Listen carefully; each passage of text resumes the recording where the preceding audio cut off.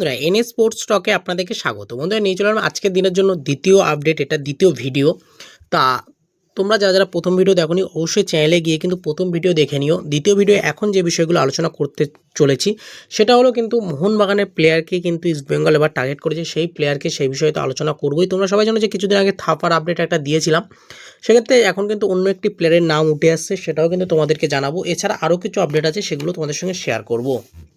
তা বন্ধুরা শুরু করার আগে প্রথমত একটা কথা বলবো, যারা আমার চ্যানেলে প্রথমবার এসছো অবশ্যই কিন্তু চ্যানেলটা সাবস্ক্রাইব করে নিও আর লাইক কমেন্ট শেয়ার করতে একদমই ভুলো না, কারণ আপনার লাইক একটা শেয়ার পরবর্তী ভিডিও করতে আগ্রহী করে তুলবে।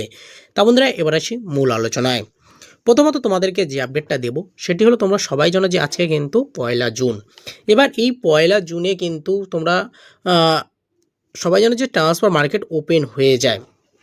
এবার বিষয়টা হচ্ছে 31 মে, সেখানটায় কিন্তু প্রত্যেকটা প্লেয়ারের সঙ্গে কন্ট্যাক্ট শেষ হয়ে গেছে ইস্টবেঙ্গলের। প্রত্যেকটা প্লেয়ার, বেশিরভাগ প্লেয়ারের সঙ্গে কিন্তু কন্ট্যাক্ট শেষ হয়ে গেছে ইস্টবেঙ্গলের। সেরকমভাবে কিন্তু প্রত্যেকটা বিদেশি প্লেয়ারের সঙ্গে কন্ট্যাক্ট শেষ।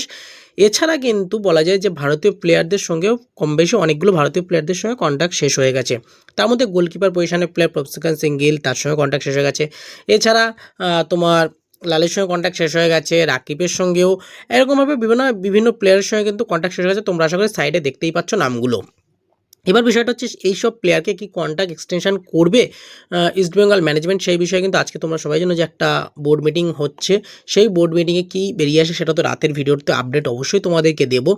এছাড়া কিন্তু যতটুকু জানতে পারছি যে এখনও কিন্তু অনেকগুলো প্লেয়ারের কাছে আশা করছি আজকের পর থেকেই কিন্তু রিটেনের জন্য তাদের কাছে অফার যাবে, এক্সটেনশনের জন্য অফার যাবে।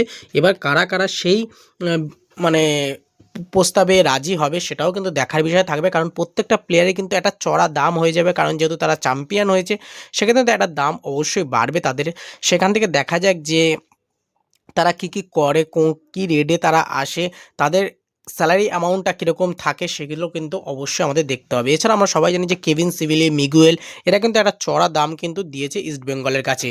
এবার তোমরা সবাই জানো যে মিগুয়েল কিন্তু গোল্ডেন বল তিনি কিন্তু ইস্টবেঙ্গল ক্লাবেই রেখে গেছেন ইস্টবেঙ্গল ক্লাবে। তার মানে কি এটুকুনি তার বোঝা যায় যে তিনি কিন্তু আবারও ইস্টবেঙ্গলে আসতে প্রস্তুত। যদি ইস্টবেঙ্গল তাকে ভালো রকম অফার দেয় অবশ্যই কিন্তু প্রস্তুত তিনি ইস্টবেঙ্গলে আসতে। কিন্তু ভারতীয় ফুটবলের যা টালবাহানা চলছে সেখান থেকে কিন্তু কোনো প্লেয়ারই আর ভারতে আসতে চাইছে না, কারণ ভারতীয় ফুটবল কিন্তু পুরোপুরিভাবে অনিশ্চিতের মুখে চলে যাচ্ছে। আমরা দেখেছিলাম গত মরশুম থেকে এই জিনিসটা কন্টিনিউ চলছে। এখনও পর্যন্ত কিন্তু এআইএফএফের পক্ষ থেকে কোনো রকম এই ইয়ারের ক্যালেন্ডার কোনোভাবেই প্রকাশ করা এখনও পর্যন্ত হয়নি। আমি জানি না যে কবে করবে না করবে, এখনও পর্যন্ত এআইএফএফ তারা সময় নিয়ে যাচ্ছে। কবে কোন টাইমে তারা প্রকাশ করবে এই ইয়ারের ক্যালেন্ডার সেটা তারাই জানে, তারাই ভালো বলতে পারবে। এর মধ্যেখানে যতটুকু জানতে পারা যাচ্ছে জুলাইয়ের মাঝ বরাবর কিন্তু শুরু হতে চলেছে ডুরান্ড কাপ। সেই কারণে কিন্তু প্রত্যেকটা টিম চাইবে তাদের পুরোপুরিভাবেই টিম গোছাতে।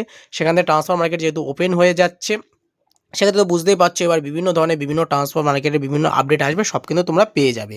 তা যাই হোক, এর পরের আপডেটে চলে আসি, সেটা হলো বন্ধুরা মোহনবাগানের থেকে কিন্তু একটি প্লেয়ারকে টার্গেট করছে ইস্টবেঙ্গল। সেই প্লেয়ারটি হলো কিন্তু বন্ধুরা 29 বছর বয়সী অ্যাটাকিং মিডিওর প্লেয়ার সাহাল আব্দুল সামাদ। এই সাহাল আব্দুল সামাদ অ্যাটাকিং মিডিওর পাশাপাশি লেফট উইং ও সেন্টার মিডিও পজিশনে খেলতে পারেন। মার্কেট বলে 1.6 কোটি টাকা। বর্তমানে তিনি কিন্তু মোহনবাগানের সঙ্গে চুক্তিবদ্ধ এবং 2028 সাল পর্যন্ত কিন্তু তার সঙ্গে একটা চুক্তি রয়েছে। এবার বুঝতেই পারছো সাহাল আব্দুল সামাদকে নিতে গেলে কিন্তু একটা হিউজ ট্রান্সফার ফি দিতে হবে। এই আপডেটটা কিন্তু আমি দেখতে পাচ্ছি গতকাল থেকে একটা মার্কেটে বিশালভাবে ছড়িয়েছে, সাহাল আব্দুল সামাদ ইস্টবেঙ্গলে আসতে চলেছে।